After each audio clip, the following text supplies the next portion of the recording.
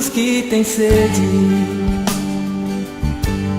os que fracos são. Queridas irmãs, queridos irmãos, o significado dessa grande festa, que é a maior festa do cristianismo, apesar de na nossa sociedade de consumo o Natal ser tão valorizado, a Páscoa é a grande festa do cristianismo. E o significado dela é fundamental, porque é a essência da religião, do que significa viver uma religião. Por quê? Porque Páscoa, como o nome diz, é passagem, é transcendência. E é uma transcendência que nos ilumina, é uma transcendência que nos leva à iluminação. E quando nós festejamos a Páscoa, nós tornamos cada vez mais consciente em nós o movimento que nós temos que trilhar, o movimento que nós temos que fazer. Em nossa vida particular, em nossas vidas interpessoais, nas nossas relações e no nosso mundo. Em primeiro lugar, nós revivemos na festa da Páscoa a grande notícia dos evangelhos. Ou seja, o Cristo que foi morto, foi condenado à morte e foi executado, esse Cristo nos mostra que a morte não é o fim, não é o extermínio da vida humana, mas apenas o término desta existência. E há uma grande diferença entre existência e vida. Existência é aquilo que nos circunda. São as nossas roupas, é o nosso corpo, é a nossa parte intelectual, enfim, são esses bancos aqui na igreja, essa igreja, a casa de vocês, a nossa cidade, tudo isso é existência. Mas cada um aqui ganhou um dom muito especial, que veio para essa existência, que é o dom da vida. O que pulsa em nós é a vida. E esse dom que é a vida, que somos nós mesmos, esse dom é eterno. Esse dom não tem fim. E é isso que o Cristo nos mostra com a sua ressurreição. E Paulo vai confirmar isso. Se o Cristo ressuscitou, nós também ressuscitaremos. Porque não tem sentido essa boa notícia, se não for uma notícia para nós, humanidade. Ou seja, ao olharmos para trás e revivermos a ressurreição do Cristo, nós estamos olhando para o futuro. Nós estamos olhando para o nosso futuro. A morte, ela é uma passagem. Ela é uma transcendência radical para a completude do ser, para a completude da nossa vida. Nós nos tornamos seres completos, plenos. Imagine você liberto de todos os limites que você possui hoje. Limites socioeconômicos, limites intelectuais, limites corporais, enfim, todos os limites. Esse ser liberto, iluminado, pleno, é o ser ressuscitado. É o ser que vem depois da morte. A morte é uma passagem alegre, não é uma passagem triste. Apesar de nós, infelizmente, darmos o nome infeliz de morte a essa passagem não deveria ser algo triste. É que o nosso egoísmo fala mais alto, nosso apego fala mais alto. Quando alguém parte de nós, nós sentimos a falta. Nós sentimos a presença da ausência. Mas nós deveríamos pensar naquela pessoa que foi. E deveríamos pensar nela como aquela que atingiu aquilo que todos nós um dia iremos atingir. A completude da nossa existência. Aliás, a completude da nossa vida. Esse é o primeiro ponto da Páscoa. E essa é a transcendência radical que todos nós iremos viver um dia. Quando nós não sabemos. Mas um dia nós iremos viver. Mas a Páscoa não é só isso. A Páscoa é um convite para uma outra transcendência. uma transcendência de pessoas conscientes. Ora, se eu vou ressuscitar, diz Paulo, então eu tenho que viver como um homem novo. Eu tenho que ser alguém novo. Eu tenho que contribuir para a transcendência do mundo. E aqui vem a segunda dimensão da Páscoa, que é tão importante quanto a primeira. Porque a primeira dimensão, a nossa ressurreição, é um presente de Deus. É um presente para todos nós. Mas a segunda dimensão da Páscoa é uma responsabilidade nossa. E qual é essa segunda dimensão da Páscoa? Nós não estamos aqui por acaso. Nós não fomos colocados nesse mundo simplesmente para vivermos aqui. Simplesmente para passarmos por essa existência. Nós estamos aqui para contribuirmos pela construção do reino de Deus. Aqui. Nós estamos aqui para completar a criação que Deus iniciou. Nós estamos aqui para aperfeiçoar o mundo. Nós estamos aqui para tirar a escuridão do mundo através da nossa luz. É por isso que o Cristo diz, eu faço sempre questão de repetir isso, ele diz assim, vós sois a luz do mundo, vós sois o sal da terra. Ele não diz, eu sou a luz do mundo de uma forma egoísta. Ele não diz, eu sou o sal da terra. Ele joga a responsabilidade sobre todos nós. Vós sois o sal da terra, vós sois a luz do mundo. Isso quer dizer que em todos os sentidos, nós é que temos que dar o gosto. Nós é que temos que iluminar. E iluminando, nós transcendemos. Nós transcendemos a nós mesmos e ao mundo à nossa volta. E é essa a nossa grande missão de Páscoa. A nossa grande missão de Páscoa é sairmos dessa igreja aqui conscientes de que nós temos que iluminar os ambientes.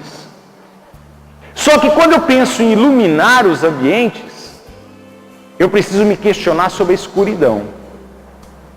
Sobre o que significa a escuridão.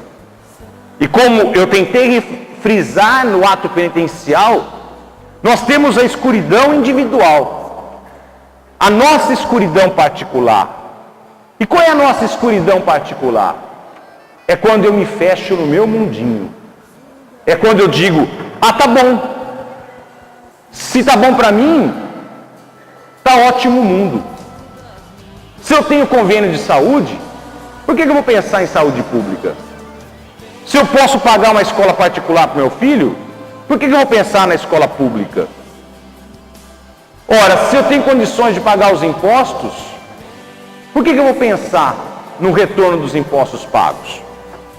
Se eu tenho condições de morar numa casa boa, por que eu tenho que pensar em favela ou coisa parecida? O meu mundo está certo, o meu mundo está correto, o meu mundo está bem, a minha família está bem.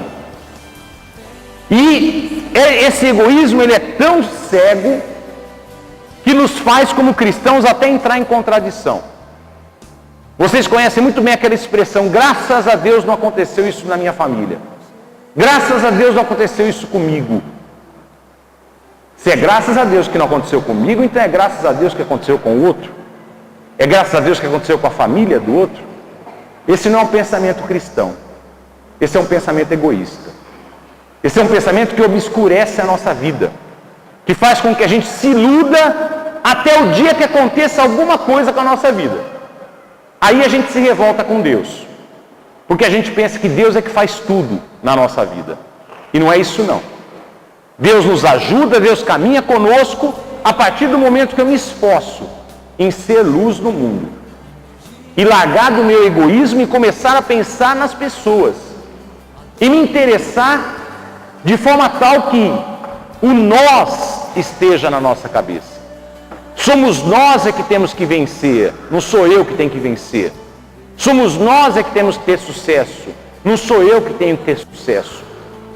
Somos nós é que temos que viver bem, não sou eu que tenho que viver bem. Se acontecer uma tragédia com outra família, isso é minha preocupação também. E se a outra família está bem, assim eu estou bem. Essa tinha que ser a nossa mentalidade. E nós temos que amadurecer muito, nós temos que iluminar muito a nossa sociedade nesse sentido. E começa por nós, pelo nosso mundinho particular, que tem que ser aberto, tem que ser escancarado. Mas não é só isso. Nós temos a escuridão nas relações humanas, na relação da família, na relação do trabalho, na relação no trânsito, na relação, enfim, em qualquer lugar. Por quê? Porque nós fomos educados a sermos falsos, a não vivemos na transparência. E nós somos tão, desculpa a expressão, tão idiotas, porque quando nós vivemos no mundo falso, a insegurança é muito grande. Nós vivemos numa grande insegurança. Por quê? Porque nós não sabemos quem é o outro. Nós não sabemos as intenções do outro. Porque nós não somos educados a sermos transparentes. Nós somos educados a vestirmos máscaras e sermos falsos.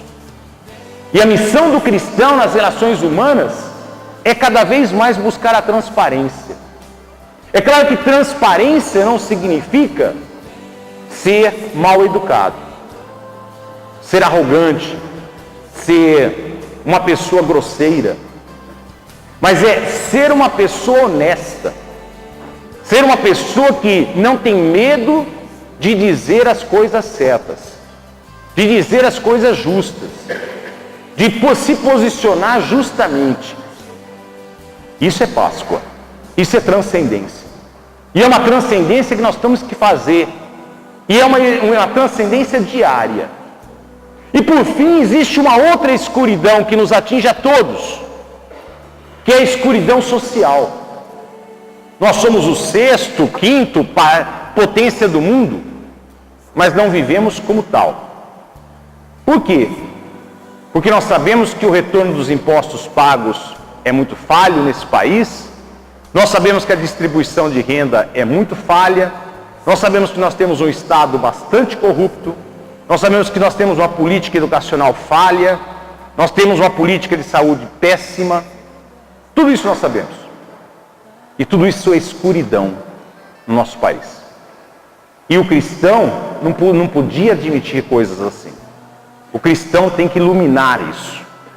E iluminar isso não significa simplesmente dizer que isso está errado, mas é se indignar mesmo com isso. Lembrem-se que o Cristo não é somente paz e amor.